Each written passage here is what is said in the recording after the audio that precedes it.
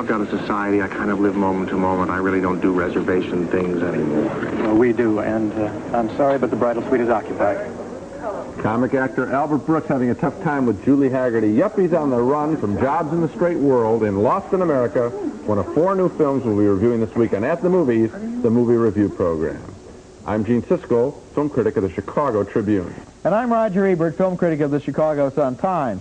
In addition to Lost in America, we'll also be reviewing Lust in the Dust, the new comedy that reunites the talents of Tab Hunter and Divine. Also, John Cassavetes befriends a homeless orphan in Marvin and Tige. But first, Gene starts with the story of a man who is fed up and he isn't going to take it anymore. Into the Night is a film that's all chase and no substance, running some very appealing actors through ridiculous situations that don't quite seem to hang together. Jeff Goldblum, who played that wonderful People magazine reporter in The Big Chill, stars as an unhappy husband. His wife is cheating on him, and so he reluctantly drives into the night, seeking a little adventure, and he finds it when he parks his car at an airport parking lot and is witness to a crime.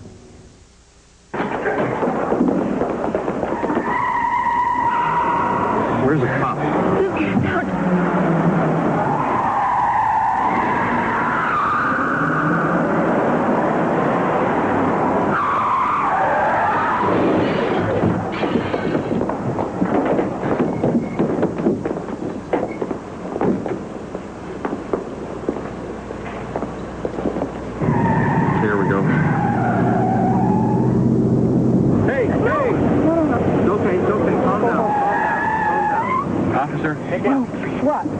This woman was attacked. It happened on... Get me the... It's all right. It's all right. No. It's all over. What happened? It's all over. They must still be inside. There were, I think, 2 of them. One of them jumped on my hood. There was all of a sudden a big face. I didn't get a really good look. Nothing happened. What? Now, we spend a lot of time in this picture wondering why that young woman, Michelle Pfeiffer from Scarface, is under attack. Finally, she tells Jeff Goldblum and us why. They killed him. Killed who? Hossie. Hossie? In the parking lot. I was with him. He was waiting for me. The stones were his. We have to get the police. No, I can't. I smuggled them in. What stones? 6 perfect emeralds. They're priceless. They killed this guy for 6 emeralds. How'd you get involved in all this? The stones are from the scepter of an ancient Persian king. Remember when the Shah fell and the family fled Iran? The treasury was looted. Somebody got away with a good part of the crown jewels. Well, Hossie was somebody's cousin. He was going to give me $25,000. So I went to Zurich. I went to a vault. Everything went fine. He met me at the airport. Who killed Hossie? They want the stones. If I lose the stones, oh, I'm dead for sure. The police can't help me. I'm one of the bad guys. Now, that's a nice scene, because that sounds like it might be a good scene for a thriller, but this film also wants to be some kind of comedy and a wild chase picture, and it just doesn't mesh up together. I thought it took much too long also to get to that explanatory scene, and when it came, I didn't care. Michelle Pfeiffer there, physically attractive, and so we do watch her, and maybe if she and Jeff Goldblum had more of a relationship together in this picture, I would have cared more about the both of them. But instead, after that scene, the chases continue. It introduces a lot of characters that really keep us at a distance from the central story, which should be the 2 of them on the run. Into the Night was directed by John Landis, did the Blues Brothers. A number of his filmmaker friends appear in cameo parts in this picture, but that doesn't distract us from the essential problem of this movie, a chase picture in which we really don't give a hoot after a while what happens. We really don't, because what we're looking at is Hollywood technology. We're looking at car chases, and we're looking at 4 guys running around like the 4 Stooges, pretending to be bad guys and holding guns and looking ridiculous, and we're looking at a plot that is absolutely right off the assembly line. At the beginning of this movie, I was interested. Jeff Goldblum, his character interested me. He's unhappily married. Right. He goes to work. He works in this little cubicle where he has a boring job that he doesn't like, and he doesn't care about what happens to his work when he goes home at the end of the day. And then, because of this angst that's building inside of him, he decides one night to get in his car and drive to the airport. At that point, a lot of interesting things could have happened to him, and the least interesting is that he would find himself in a John Landis thriller. Yeah. The other thing that bothered me, I think, was the fact that if you just do stunts and you throw in directors and little cult directors, you'll see from David Cronenberg and Paul Mazursky and Paul Bartel. You know, you see him standing there. Bartel is standing as at the Beverly Wilshire Hotel, and he's one of the doormen there, and it's stiff. And you're wondering, I think the average person is wondering, now why is that person standing there so stiffly? Well, that's supposed to be so some film nut gets it, and gets what? Yeah. That he hired him to do this? What does that do for the action of the movie? Michael Todd exhausted the possibilities of cameo roles in Around the World in 80 Days, and nobody's improved on him since, and nobody should try. And he was using Frank Sinatra rather than Paul Bartel. Right. Next is the movies. Another movie about a guy who gets in a car and drives out into the night. Albert Brooks in Lost in America. Only those in this house who understand nest egg may use it, and don't use any part of it either. Don't use nest, don't use egg. If you're out in the forest, you can point. The bird lives in a round stick. And you have things over easy with toast. He is named Lost in America, and it's another wonderful effort by Albert Brooks, who co-wrote it, who directed it, who stars in it, and who succeeds in making the definitive bittersweet comedy about two yuppies who want to get away from it all. The movie starts with Brooks as a $100,000 a year advertising man and his wife as an executive at the Broadway department store, and they're moving into a new house. They're shopping for a new Mercedes. They're in the career escalator, and it's going up, up, up until Brooks finds out that he is not going to be promoted to senior vice president. So he gets in a fight, he quits his job, or is fired, depending on who you listen to, and this is the scene where he breaks the news to his wife. Quit. What? Quit your job. Oh, I quit my job. I did. You do it. You quit your job? Well, I didn't really quit, but I got fired, but it was the same thing. Linda, you were right. No more responsible David. I'm free. I was responsibly blind, honey. I was a dead man. Well, I would have never used that word if I knew you were going to take it so literally. I didn't mean anything by it. I'm giving you credit for saving my life. It was just a word. I was on the road to nowhere. Do you know the road? No. It's a nowhere road. It goes nowhere. You're on it. You don't know it? No. It's a nowhere road. It just goes around in a circle. It's the carrot on the stick and the watch when you're 70. Who was made senior vice president? I don't care anymore about school senior vice president and vice president. I'm sick of being programmed like a stupid robot. Phil Shabano.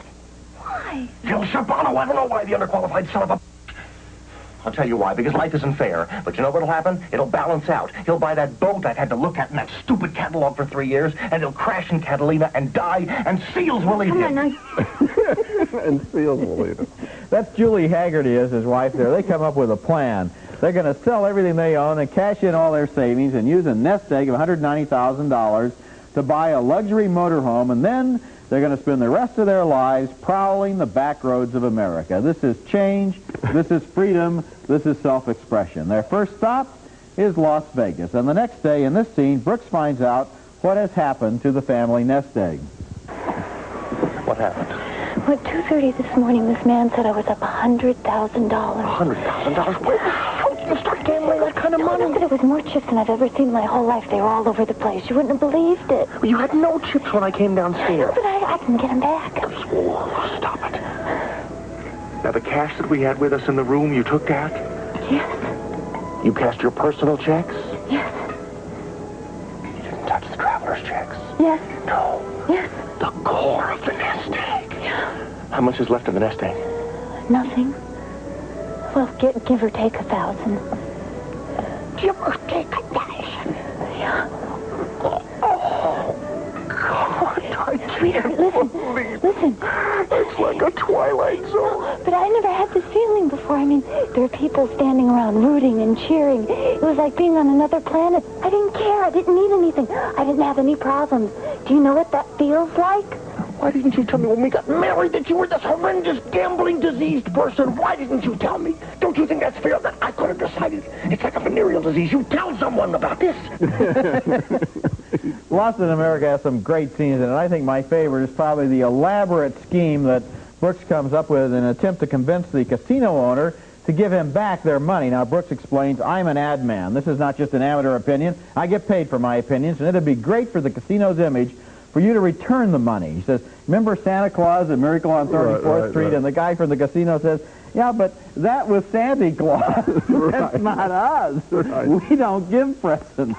The casino owner explains Brooks is crazy. If they gave everybody's money back, they'd be out of business. And there's another great scene where an unemployment counselor tries to understand why Brooks walked out on a $100,000 a year job in order to change his life. He says, you can't change your life on $100,000? It's a good question. Lost in America is a very smart, funny movie about yuppies at the end of the rainbow.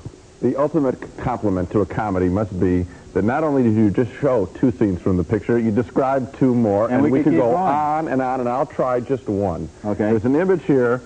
He's talking about he wants to be free like Easy Rider, okay, like the movie Easy Rider. And this film really mirrors what's happened to a lot of young people since '69. This is my turn. Now, wait a second. They saw Easy Rider, and now here they are today, right. And so we see a scene when they go on the road. Remember Dennis Hopper and Peter Fonda threw away their watches? Well, these people go on the road, not in motorcycles, but in a Winnebago. A Winnebago van, and they run the same song in this movie, Born to Be Wild. We see that Winnebago van with that stupid W on the van.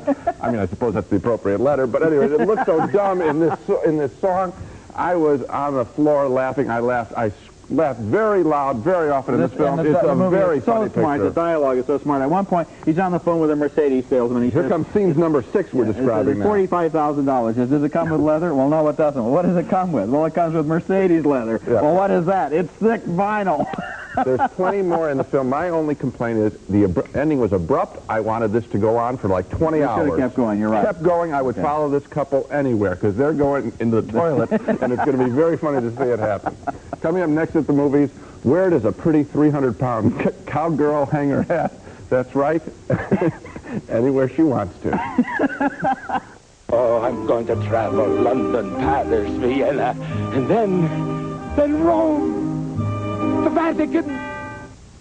I'm going to be a pope. This man's oats ain't on. Is Lust in the Dust, a Western comedy featuring such campy actors as Tab Hunter, Lainie Kazan, and last, but hardly least, a 300-pound transvestite named Divine, the star of a number of midnight cult films a few years ago, like Pink Flamingos, Female Trouble. The story this time, Tab Hunter plays a Clint Eastwood-type stranger with no name who wanders into a Western town. He's been followed by Divine, playing a saloon singer, and in the town, he meets another hefty lady who runs the local cantina. Want to buy a girl a drink, cowboy? If I've told you once, I've told you 1,000 times, do not annoy the customers. Sorry, Margarita. If any blind guys come in, then they're all yours. You wouldn't be Hard Case Williams, would you, by any chance? We've been expecting him to come. Excuse me. I'll be happy to buy you a drink, ma'am. What'll it be? Well, thanks. Gin. They call me Big Ed. Pleased to meet you, ma'am. Name's Wood. Abel Wood. Fixing to stick around a while? Figure already wore out my welcome. If you'd like to freshen up before you leave, we've got the only shower west of the Mississippi out back. Might be nice. Margarita? The customers call me Margarita. The territory calls me Margarita. But my real close friends, they call me Miss Ventura. Miss Ventura, I need a job real bad. Well, Las Cruces ain't too far. Are you ready for that shower? It took me 4 days to get here, and I ain't going nowhere until you've heard me sing. That's Divine there talking to Lainie Kazan, and we do hear her sing. But the big secret in this town is that there's gold in its hills, and both Divine and Lainie Kazan are desperate to find it. I came here for the gold, because I've been poor all my life. You got it all wrong, honey. You've been cheap all your life. Cheap? This furniture's cheap.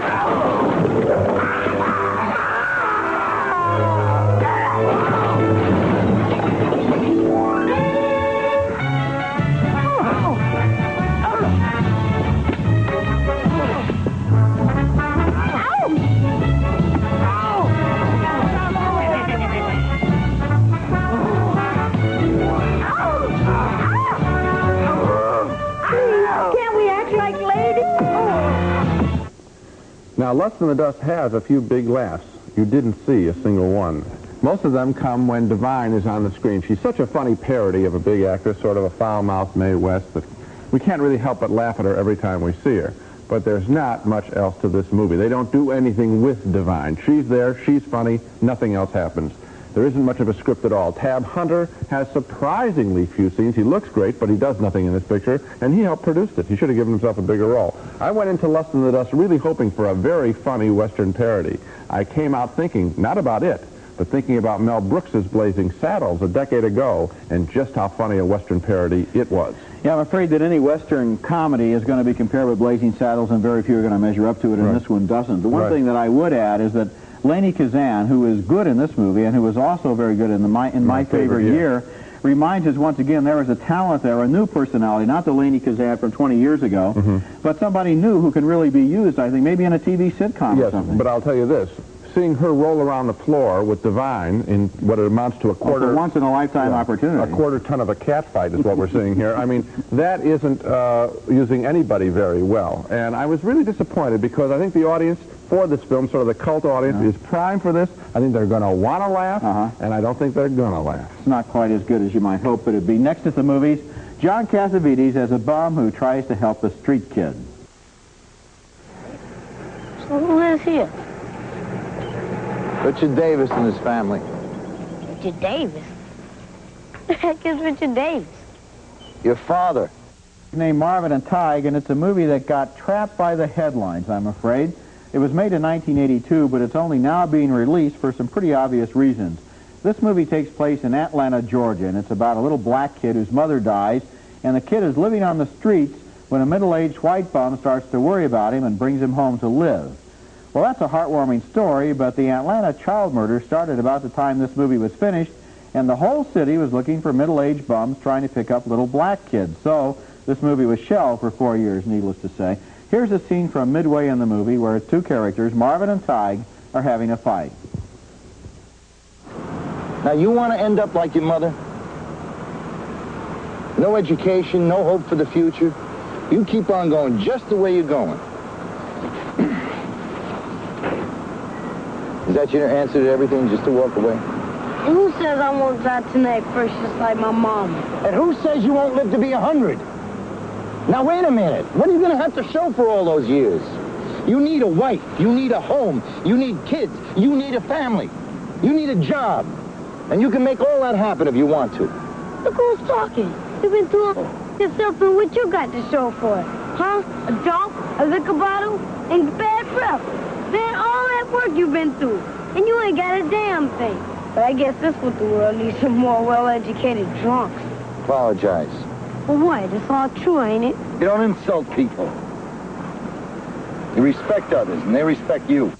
That's John Cassavetes as Marvin, and Tige is played by the very talented young actor Gibran Brown, who has a natural presence on the screen. He's good. Marvin and Tige has a lot of scenes that work very well, and some other scenes that sink into hopeless sentimentality, and a few scenes, I'm afraid, that simply cannot be believed on any realistic level. But the basic problem of this movie is more unfortunate than that.